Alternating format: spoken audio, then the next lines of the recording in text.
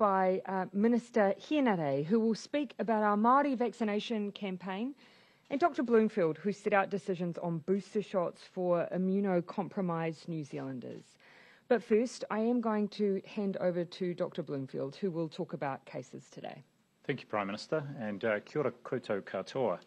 So today we're reporting 94 new cases in the community. 87 of these are in Auckland and 7 are in the Waikato. The new cases take our total in this outbreak to 2,099, and of those 1,384 have recovered now. Of today's cases, 53 are yet to be linked to a current case, but interviews are underway. What I would say is that all 7 of the cases in the Waikato have already been linked to existing cases. Of yesterday's 60 cases, 19 of those remain unlinked at present, with investigations ongoing.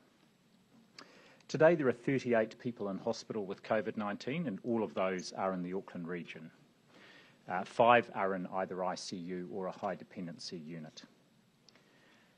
Yesterday there were 12,688 swabs taken across Auckland, maintaining the high level of testing there, which is important and necessary. And there were 16,921 tests taken or processed around the country. Testing continues right across Auckland today with 19 centres in operation, including 13 pop-up centres. As I said, the 7 cases in the Waikato today have all been linked, and so now only 2 cases from the total number in the Waikato are as yet unlinked from last week, and 2 cases reported on Sunday. Investigations continue on. There is region-wide testing continuing across Waikato, and that is very important while it remains in Alert Level 3 to help inform our advice and the decisions later in the week about the ongoing status of the Waikato. Testing is available across Waikato. Please do look on the HealthPoint website or the Waikato DHB website. And for anyone in Waikato, and indeed anywhere across the Motu, if you have not been vaccinated yet, today is the day to do it. Please check on Book My Vaccine as to where you can get yours done. So on to vaccination, the COVID-19 Technical Advisory Group has recommended that individuals aged 12 and older with severe immunocompromise receive a 3rd primary dose of the Pfizer COVID-19 vaccine.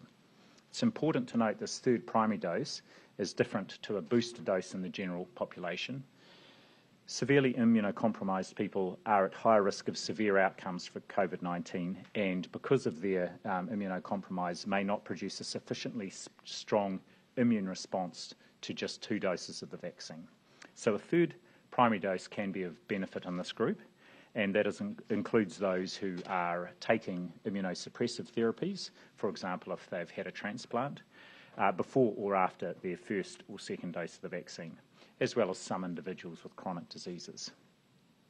The Technical Advisory Group will continue to review the emerging evidence for a booster dose, and once we have received an application from Pfizer and advice from the Technical Advisory Group, as well as a decision by Cabinet, we will be providing further advice around the progress with booster doses, and we will have an update next week on where the current status is around wider booster doses. In terms of the outbreak in Auckland, Auckland Regional Public Health Service is now supporting 84 of the cases there across 55 households to safely isolate at home. Now, this is part of an interim approach while we finalise plans involving primary care, including GP clinics and others, as well as community providers to support people to isolate safely at home. Criteria for isolating at home are based on both a public health and a clinical risk assessment, and take into consideration factors such as a person, whether they live in a residence that allows them and their household to isolate safely away from others, ensuring that they have good phone and internet access, that they can use their own transport to safely access a testing centre when testing is required, that they're happy and comfortable to isolate at home, and that they've got all the supplies that they need, for example, masks, food, cleaning products, and so on. The planning for this approach has been underway for some time and is a key part of managing COVID-19 in the future. It was outlined last week by Health Minister Andrew Little, and this is a key objective of our ongoing approach across the health system to better manage COVID-19 cases in the community safely. And finally, yesterday I was asked about the number of people who are pregnant who have been hospitalised during the current outbreak. Based on the latest data we have, there have been 5 cases recorded where those people have been pregnant and they have been hospitalised as part of this outbreak. You may recall last month in mid-September, while noting the good work done by midwives in Auckland during Alert Level 4, we noted that we had seen unvaccinated pregnant people arriving in hospital and quite unwell because of the virus. So I would like to reiterate that there is now very clear evidence from experience globally, indeed our experience here, that vaccination is not just safe but is highly protective for pregnant people, and there are no additional safety concerns in pregnancy. Vaccination at any time in pregnancy helps, and so I'd encourage anyone who is pregnant to talk to their health professional about getting vaccinated if you haven't already. Back to you, Prime Minister. Thank you, Dr. Bloomfield. Look, before I hand over to Minister Henare, where he'll share some reflections on our Maori vaccination campaign, a couple of comments on today's cases. I know the highs and lows of cases, it's incredibly hard on people, particularly those in Tamaki Makaurau. I just wanted to reinforce again that we're not powerless. We do have the ability to help keep cases as low as we can. Now, I spent a bit of time talking about that yesterday, but just a reminder again, the cases that we're seeing in Auckland right now are not confined to one part of Auckland. They are across 124 suburbs. I say that only to remind everyone that the rules matter for everyone, and our ask of testing if you are symptomatic applies to everyone. In fact, this morning in our briefing, a particular focus from our public health team on the fact that they have a positivity rate, so the amount of testing relative to the number of positives coming back that is of concern to them on the North Shore. So if you are on the North Shore experiencing any symptoms, even if you have been vaccinated, please do go and get a test. And to everyone, please remember, this outbreak is not in one part of Auckland. I think the second interesting observation is that the highest number of cases today are across the 3 age ranges that are least vaccinated, and that's the 39 years and under, keeping in mind, of course, for the 12 years and under, they're unable to be. We need everyone who can be to be vaccinated. If you are young, you are sadly not invincible. 12 of our current hospitalisations are under 39 years of age. We all have a part to play. So there are 2 things I ask of all Aucklanders again. One, please do get vaccinated. There are 158,522 eligible Aucklanders who have not had a first dose of the vaccine. It is within this group that virus has the potential to spread and who we really need to ensure are vaccinated so that we can ease restrictions with low case numbers. Today I'm also urging all those eligible to get their second dose to bring that forward and get it as soon as possible. If you had your first dose more than 3 weeks ago, you can now get your second. The quicker we can get people fully vaccinated, the greater the community protection we have against the virus. So if you're watching this at home now, make a plan to get vaccinated this afternoon. There are plenty of walk-up and drive-through options across Auckland. Go to covid19.govt.nz. Finally, I will again just reiterate that call for everyone, please, to still stick with those rules. At the beginning of this outbreak, we used to use the phrase, stay home, save lives, to describe what was needed, and that still remains the case. I know it's hard, but we are so close, and we know that vaccinations are already making a significant difference to the outbreak in Auckland, but so too are people following the rules. Yesterday, Cabinet decided not to move Auckland back into level 4 as a circuit breaker, and that's because we have the ability with the restrictions we have now to keep making a difference. And again, we have unfortunately continued to see cases reported today that have come from non-compliance of level 3. Staying home, limiting contact, only catching up with people outside in groups of 10, and getting vaccinated are all actions we can take to stop the virus from spreading.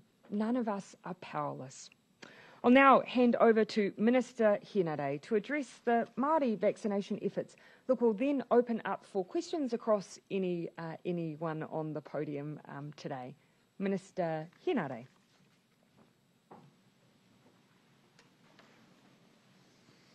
Thank you, Prime Minister. Tēnā tātou katoa.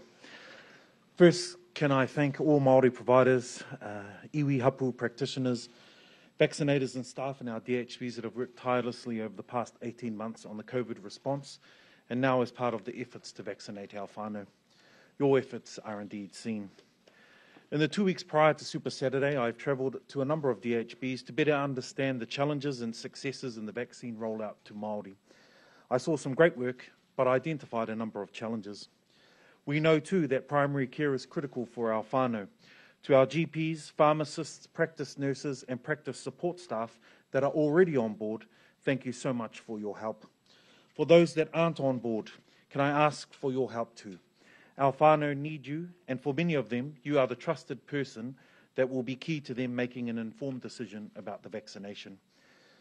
Significant funding has already been provided to Hauora Māori to support and build capability for the vaccine program. Our communities are going the extra mile to support one another to get vaccinated, and I know on Labour Day in counties Manukau, Heroes in the Street campaign is happening. Our Māori GPs, nurses and community leaders are going street to street on buses to engage and kōrero with whānau to encourage vaccinations. If you need support to make your decision, get your information from official sources, or you can speak to one of our kaumātua and kuia who are currently leading vaccination rates amongst Māori communities. As a government, we will be making further announcements to support the Māori vaccination effort later this week.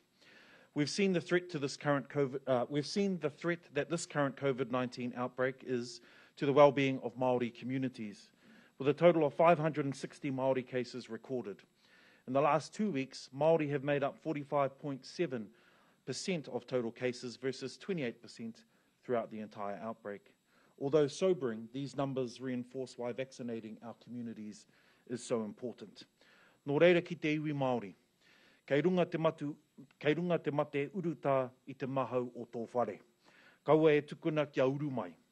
Ko te ārai motu hake, ko te kano ārai mate. So I say to the Māori people, COVID-19 is on the doorstep of your houses. Do not let it enter, and the best course of protection still remains for us to vaccinate our people. Thank you, Prime Minister.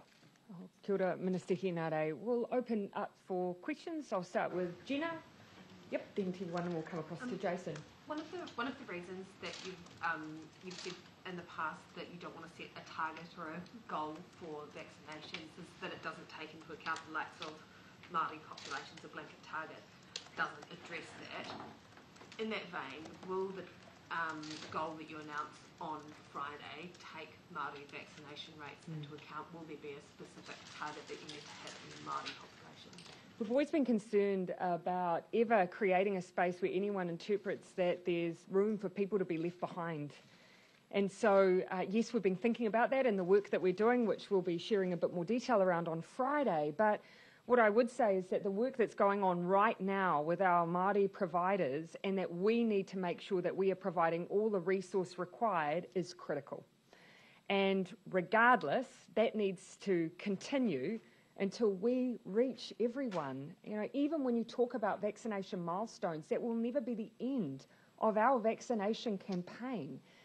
I will not stop until I've had a conversation or know that we are reaching out to as many people as possible and ensuring they know why it is so important to be vaccinated. Would you be comfortable with any easing of restrictions before Māori reach 90% double dosed? Well, we've made it clear that the restrictions, in particular in Tāmaki Makaurau, my own electorate, are there for a reason, and that's to protect other communities, which is why, as the Prime Minister has already mentioned, vaccination is key, not just for the Māori population in Tāmaki Makaurau, but everywhere else. As I went around the country, some communities acknowledge that COVID-19 hasn't been there, and there seemed to be some form of apathy towards it. But as I said in my comments, COVID-19 is on the doorsteps of our houses, so I need to make sure that we can continue to drive up vaccination rates. And I'm sure, Minister, whilst we're not going to make announcements about Friday, but what we're already seeing is that it's now not just, I don't think it's fair to say that we've got this blanket unvaccinated group. Actually, we have a group of particularly young people. So our rates for our older Māori are high. We're now really narrowing and honing in on our young people and certain parts of the country. We're at roughly 72 in Tamaki Makaurau, first dose. There are young people in other parts of Aotearoa that we really need to focus in on who don't think it is real or that it affects them yet. But it does affect them. So Yes. will you give a commitment to Māori that you won't move, that you won't... We'll be put talking in them more at risk detail without about these them issues on pushing? Friday. Yeah. Minister Hinare, you referred to people who aren't on board within some of our community leaders. Who were you referring to? Who's not on board in getting those Māori vaccination rates up? So I was referring directly to a number of PHOs and GP clinics that I met with personally as I went around the country. They've made it clear that their focus is on those on their books and that they'll continue to provide the normal healthcare that they would. They are, of course, though, monitoring the situation with respect to the vaccine numbers, and I implore them to continue to help us drive up those vaccination numbers. And the focus isn't on vaccines, it's just doing their day-to-day job, and you're calling on them to really step that up. I am, but I will acknowledge that a number that I did meet with are also still involved in the vaccination process and heavily involved, and I acknowledge that too. Jason. In your opening comments, you said that we've seen a number of cases coming today from non-compliance. We're seeing the highest daily count that we've seen to date. How many of today's cases are actually from, can you give a figure of people that are being non-compliant? No, I can't necessarily break it down. I can tell you that 39 of our cases today are household or contacts of existing cases.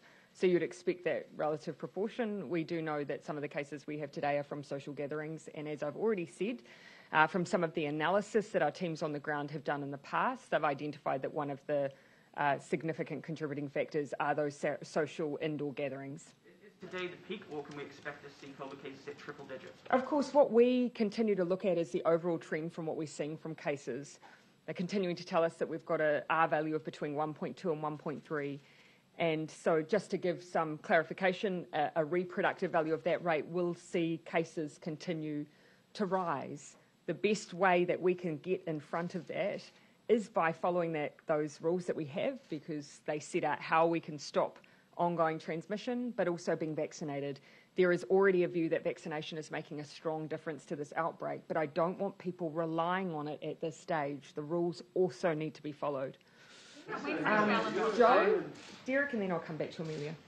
Minister Hinare, you said in your opening comments that when you travelled around the DHB, you saw some great work that you identified challenges and other. Can you elaborate on that for me, please? Which DHBs are having challenges? What are those challenges, and what is being done to overcome them? So some of those challenges are around the funding distribution and the speed at which that's been put out into those community providers and those Māori health providers. I've also noticed a lack of strong leadership amongst the community, and including the DHB, with respect to what's required for the vaccine rollout. Those are but two of the challenges that I noticed, and I'll give the example. In Taranaki, for example, we heard from Māori health providers in iwi that they were dissatisfied with the job that the DHB was doing. We met with the DHB and can now confirm that 16 hapu and the DHB are working together to continue to roll out the vaccine amongst that community. Only 2 hapu have decided not to be involved in that, but the door will continue to be open to them. We're no stranger to the fact that DHBs have been slow at delivering. You and Andrew Little are doing a massive reform because of that. Given how late we are into the vaccination rollout now, that money was available for Māori health providers back in end of February, March this year, and you're having these conversations now. Have Māori been let down by the failure of DHBs to do their job and pass on that funding? The first thing I'll say is that the first announcement at the beginning of the year was direct funding from the Ministry of Health to Māori health providers. It sidestepped the DHB. As the program continued to roll out and the DHBs play a critical role in the region to secure the vaccine and to deliver the vaccine to our providers in the community, we did put the second lot of funding through the DHBs, and that has proven problematic. Can I just ask Dr. Bloomfield for your position on this too? You're obviously the Director General of Health. Are you happy with the way that the role that DHBs have played? The Minister has just said there that there is not leadership within some of them. Is that good enough?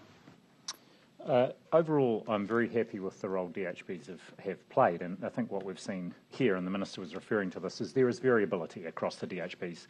Some of them have had built on existing outstanding relationships and partnerships and got some very good results. We can see across some of the DHBs very high, across all DHBs, high coverage of our kaumātua, which is excellent, and variation in coverage across DHBs, very much related to the strength of the relationships and the speed with which they're able to provide resources out. What we're doing now is, of course, is addressing where that performance is not as good as it should be. We're going in to support the DHBs and the local providers. I don't think so. No. But you've got communities who have been let down by the failure of DHBs, and we're now at a point where it's nearly November, and you're only identifying where the failures are in those DHBs. I don't think that's fair at all. You know, we've been talking for some time about the need to make sure that we have good coverage of our vaccinations across the board. $87 million has gone roughly into specifically targeting a vaccination program that is reaching into Māori communities. We've had similar initiatives with our Pacifica communities. We need to do the same with other ethnic groups who may not be, we may not have reached into as much as we would have hoped by this stage. I don't think it's fair to say that we have not focused on this issue, or indeed that DHBs haven't been doing work. But we're now drilling into some, as the Minister have said, we are now drilling into some very specific, in some case, relationship issues that exist, identifying what exactly is happening in those relationship issues, where it's breaking down, and how we can help. So the Minister has identified now, in October, going around DHBs, that there are still issues. My point is that we've had the rollout for some time. Māori have been behind from the outset. Why is this problem only being fixed now? And Māori should feel let down by the system. I disagree with that. I mean, obviously, every point in the vaccination campaign, we've been trying to ensure that we have an equitable rollout. And of course, as you see those results coming through, we can see where those areas need to be more highly targeted. But again, it's not across the board. In some areas, we've seen fantastic rates and fantastic programs, even in some communities. So I wouldn't want to cast just this generalisation across everywhere. But yes, in some areas, we do need to be doing better, absolutely. We want to identify where those are issues with driving demand, where it's relationship issues, where we need to better support providers. But those are conversations that didn't just start in October. Sorry, I will come to Māori TV if I can before I come back across. And then, sorry,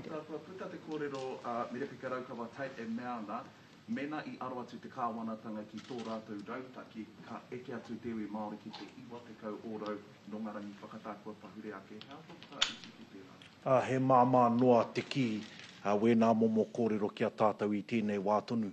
I kite atua hau I tā rātou mahere, he mea rereke te tukuna atu I te kano mate ārai I te tīmatanga o te tau, ki te mea ka kitea nei e tātou I tēnei wātonu. Nō reira, ko tāku e mea tuana, kāre au e whakai. Waru marama, anā ko eke atu, kaore anō te Māori ka eke atu ki te rima te kau oro. Ka hia te roa I mua atu I tā tātou kite, I te ekenga o ngā kano ārai mate mo te Māori ki te waru te kau iwa te kau oro rānei. Koina te kia te Premier, ka āhua rereke ki roto I ngā takiwa. Ko kite atu ētahi e piki haere atu ana, ko ētahi e tōmuri haere ana. Anō reira ko tāku e mea atu ana, ka kite atu I tātou katoa ki roto o tāmaki makaurau e piki haere nei, ka tata atu ki te waru te kaupai hēneti. Engari ki roto I wāhi ke atu pērā I te tairāwhiti, kāre kore kei te tōmuri haere. Engari koina te kia te Premier kia kaua tātou e tukuna atu I ngā heki katoa ki roto I te pākete kotahi. Nō reira ki roto I ngā wiki me ngā marama e tūnei ka whakatika aina. Ki etahi mātanga haura Māori I ngā hui kua pahure ake I ngā rangi whakata. Ko tā rātou e ki ana, ko tā te kāwanatanga, he kōrero noa ki a rātou, e harai te mea ka noho ka wānanga mo te anga whakanua mo tēnei rautaki. How tō whakauta ki tērā? Kāre au e whakai ana ki tērā kōrero mai I te tīmatanga o te tau nei I noho tahi a hau o tira e tahi o mātou ngā minita ki ngā rato ngā hauora Māori ki te ata kōrero I ngā take e pāna ki te tuku I te kano mate ārai nei. Nō reira kāre au e whakai. So I had, I think Amelia, then I'll come back and then I'll come back to you, Derek.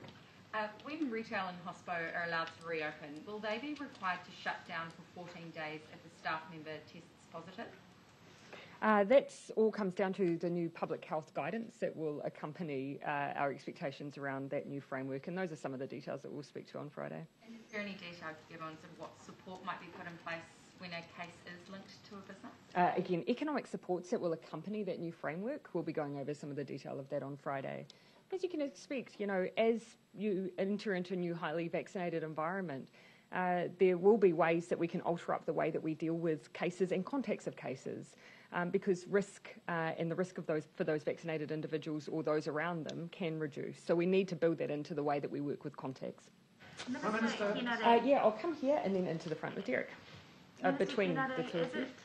Is it good enough that community leaders in Tairāwhiti felt the need to fundraise for that vaccine clinic, that mobile vaccine clinic? Look, I don't think so at all, and both the Prime Minister and I have already expressed our frustration about this, but can already tell you that the work's being done to solve this particular problem, and it's being expedited. So you've spoken to those who've organised it? I've definitely spoken to the Maori health providers and to the DHB. My expectation, and it was my direction, in fact, that they all sit down and work this out together. I can also say that despite the fundraising efforts, there have already been 3 mobile clinics that have gone through to Tairāwhiti, and ongoing work is needed to provide support for our Maori health providers. I visited one of them when I was in Ruatoria. There was a TPK camper van that was moving around the area at that time, and of course it has been more confined to Gisborne, but there's also a bus that's been used and 2 horse floats that have been refitted and used on the coast as well. Obviously, though, there's been an identified gap that should be filled, and as the Minister has said, he set out an expectation that that be worked through and resolved as soon as possible. Prime Minister, I did say coming to Derek. was the identified gap raised with you, Minister, when you were in Tairāwhiti last week?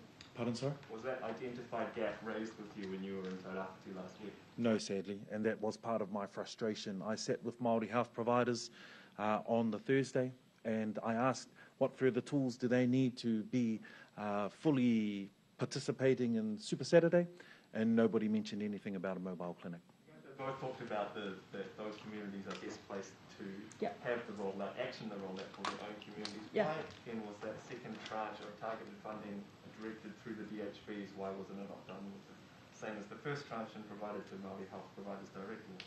So it was provided to the DHBs on the discussions that we had with Maori health providers. At the time, it was felt that where most hadn't yet quite spent the money that had been delivered in the first tranche, the second tranche was to go to the DHB to be able to facilitate the equity plan with those Maori health providers, and we had all agreed on that, which is why it was done that way.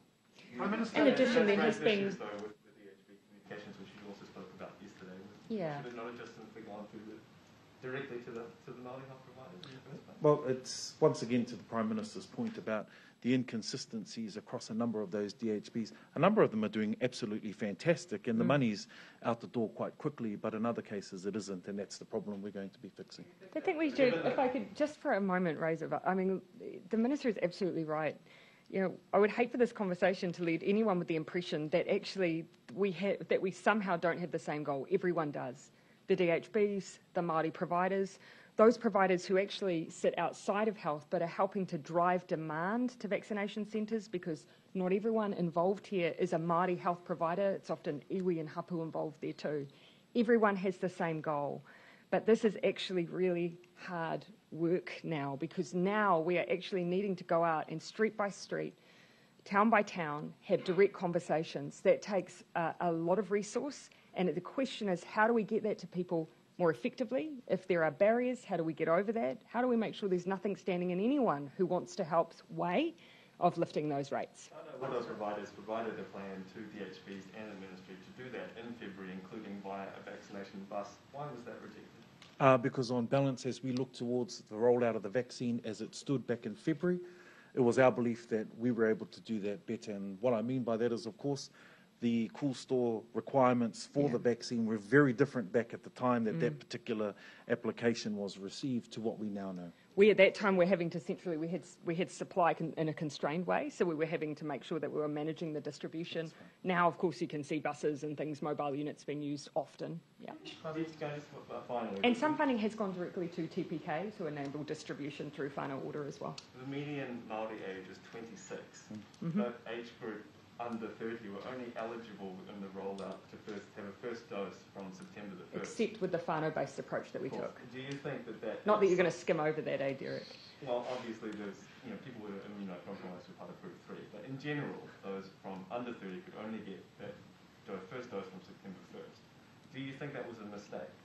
No, I don't think it was, because what we also know is that Māori health providers were clear for the first half of this year that they didn't have the infrastructure to be able to deliver on the kind of scale that we required them to, which is why we did the sequence plan like we did. So no, I don't agree with that. But also remembering we had constrained supply at that point, so the message we were sending was actually, if you have whānau who come in supporting someone who is eligible, do the whole whānau. Actually, if you're going into a rural or isolated community and you're setting up a centre to bring in kaumātua and kuia at marae, do the whole whānau, do everyone at the same time. So we did give that flexibility. So I think, unfortunately, that doesn't necessarily get captured by the age bands. Early on with that constrained supply, 40,000 doses were specifically distributed for those purposes. Yeah, I'm going to just bounce around here. I'll come back to Mark and then to you in the centre, yeah.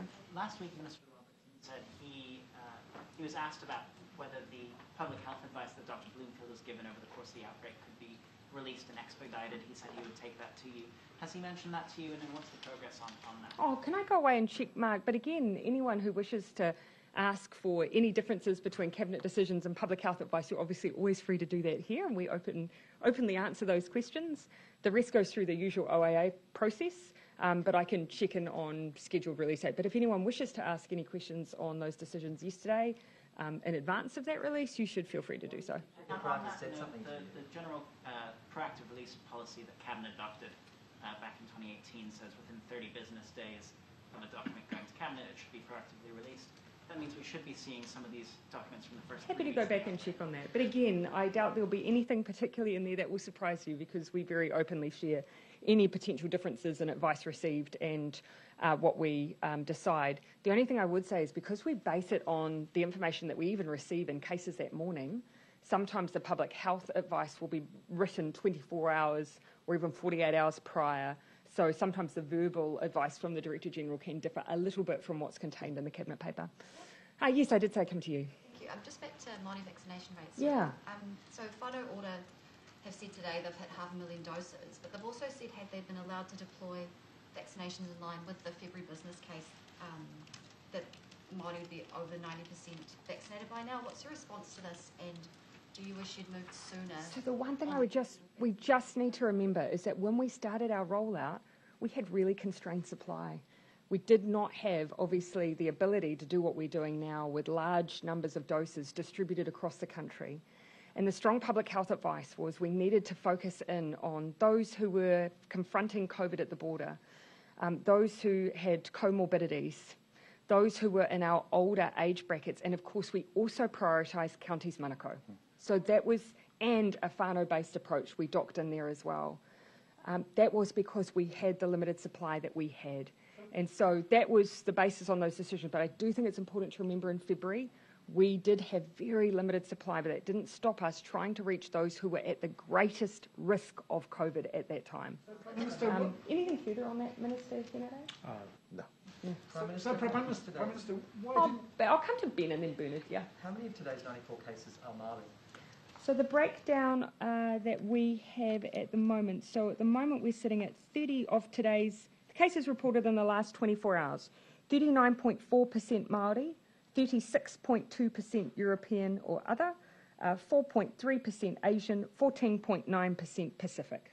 Thank you, Prime Minister. Given the delays to Māori being vaccinated, or the lower prioritisation, as Derek said, given the transition from elimination at a time when... I reject the idea of lower prioritisation. I really do. Well, I mean, given the underrepresentation of Māori in vaccination rates currently, given the overrepresentation of Māori in the outbreak, do you believe the government's response breaches the Treaty of Waitangi? No. And also keep in mind that the profile of this outbreak has moved dramatically. In the beginning, it was well over 60, sometimes 70% were Pacifica. So huge rates there. And of course, you'll know that the approach that we've taken in our rollout, what we probably need to keep doing is look across at some of the Pacifica rollout and what we can make sure that we keep learning across the country with that rollout, because those numbers have been in some areas really exceptional. So it's obviously been a changeable outbreak, and there's been differences in our vaccine take-up across different populations. Can I also throw that question to Minister Hannah? Of course. Do you believe the government's response is in keeping with its obligations under the treaty? Look, I've been quite clear, and we have been from the start, and you'll see it in all the Cabinet decisions that were made, was that we kept Te Tiriti o Waitangi at the forefront of the way that we made our decisions, and I'm quite comfortable with that. And we're talking almost as if the vaccine campaign is done. It is not. We are still vaccinating, and we are still working very hard to vaccinate everyone that we can, and to provide answers to questions that people have, make sure that we've got community providers who are trusted working on this campaign. And the thing that we've constantly said is that we actually support any innovation because we know that community are best placed to do it. Vaccination, more a question about Maori involvement in decision making. Okay, well, I still stand by my answers. Okay, Bernard. Prime Minister, if the supplies were short in February and March, why didn't you agree to prioritise Māori, as many Māori health practitioners proposed?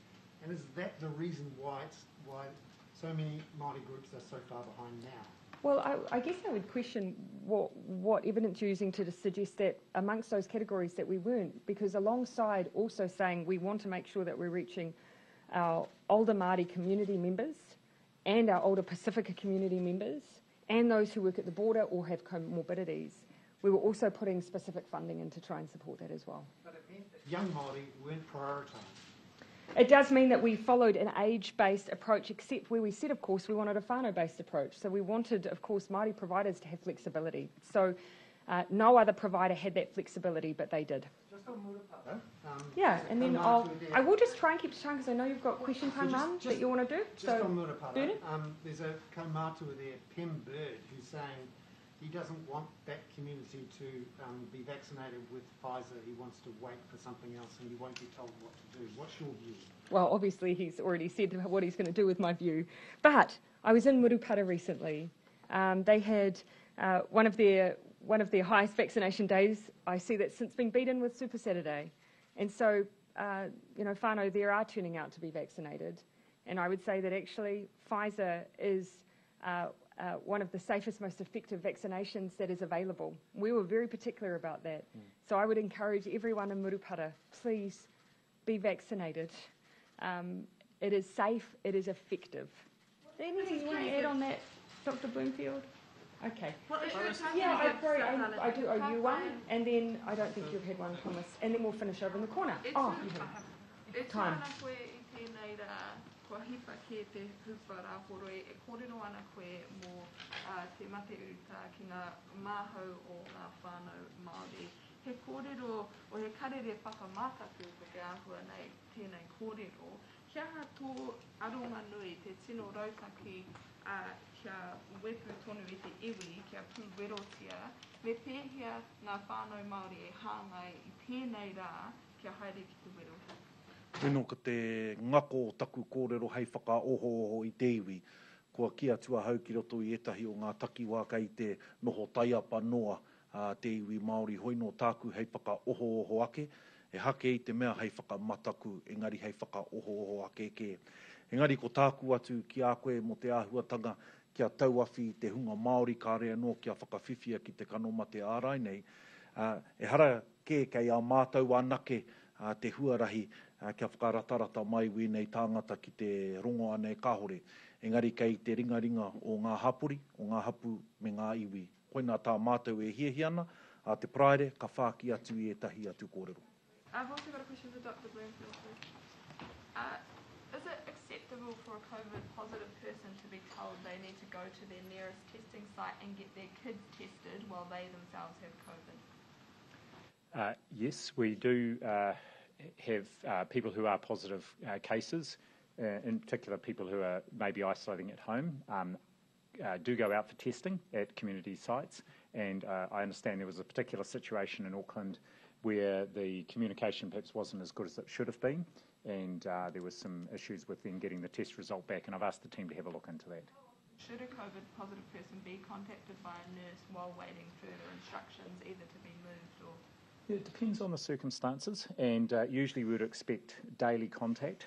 There has been some delays in getting into the transportation from home to quarantine facilities over the last couple of days because of the case numbers, and so we're looking at how we can expedite that. But I know this person has now been contacted this morning and arrangements are being made. Pressure the DHBs in Auckland facing with the growing number of cases there, and how many other DHBs from the rest of the country are having to pitch in? Oh, well, the DHBs in Auckland have got good plans in place, both in the hospital setting and, as I mentioned in my opening comments, they are now rolling out a community-based model of supporting whānau to isolate safely at home. Where they need support from around the country, we do have a national process in place to be able to get staff from around New Zealand to support if they need that. But they've been preparing and they've got their plans in place. Hey, sorry, I'm going to just make sure I cover those who haven't had a question and then we're going to wrap. Just a couple of quick ones, and forgive me if Jason already picked up on this, but have any of the 94 cases today been connected to that very well publicised North Shore party? I asked that question specifically because I knew someone would be interested in asking, and the response I got was that was, to the best of their knowledge, no at this point. Dr. Bloomfield, apparently the Ministry of Health hasn't sought legal advice over the introduction of vaccine certificates, or doesn't appear to have, while other agencies have. Why hasn't the Ministry of Health received such legal advice on vaccine certificates? I don't believe that I would consider that necessarily an accurate question. So you're claiming that we haven't sought Crown Law's support of vaccine certificate development? Is that the question? I'm asking whether the Ministry of Health has sought legal advice itself. I mean, that's... Well, of course, the point is whether or not there is legal advice on the existence of vaccine certificates, regardless of which agency seeks it, I would have thought. So there is, and you're satisfied that there's no rights issue at play? Yes. We'll make sure that wherever we're utilising them, that we have good grounds to use them. Sorry, anything further from you on that? The only thing I would say is that there's obviously been a lot of liaison with the Privacy Commissioner as well around the privacy aspects of the use of vaccine certification, just as there has right through the program with the rollout of Book My Vaccine and various other elements of the program. Yeah. Charlie, and then I'm going to finish Just have over a here. question for an Auckland colleague. People around this time of year are usually planning for Christmas and New Year's. Should Aucklanders be preparing for a normal Christmas, or should they be preparing for one in level 3 or with that Auckland boundary? So as we said yesterday, we're really acutely aware that Aucklanders cannot continue to live week by week. And so whilst we are still finalising the detail of some of the framework that we anticipate we're moving into in a highly vaccinated environment, we've already signalled that we anticipate being able to give more direction to Aucklanders at the end of the week. When it comes to the issue of the border, we're also doing additional work on how we can manage the competing interests of the rest of New Zealand where they predominantly do not have COVID cases, ensure their safety, but also acknowledge that Aucklanders will need to be able to move around. Follow on that. No, I do need to stick to just the plan I have here. This is for Minister Hinare. Yeah. Have the failings and the shortcomings that you've seen in the DHBs in particular over the course of the year, as far as Māori are concerned, in your own mind, vindicated your own pressure to get a Māori health authority? Yes. All right, thank you very much, everyone. I already answered that question quite a bit in the morning round. House is sitting in 10 minutes. Could we? I'm happy to pick it up offline. No trouble. We can follow it up.